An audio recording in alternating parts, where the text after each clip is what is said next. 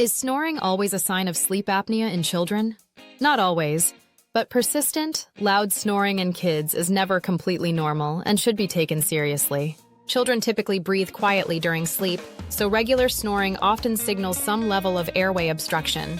One contributing factor can be a small jaw, which narrows the airway and makes it harder to breathe at night. Other red flags include mouth breathing, teeth grinding, ADD or ADHD-like symptoms, tongue or lip ties, frequent nightmares, bedwetting, swollen tonsils or adenoids, and even crooked teeth from improper jaw development. If your child shows these symptoms, call Dr. Bethaney Brenner at 860-673-7155 to schedule a pediatric airway evaluation in Burlington CT.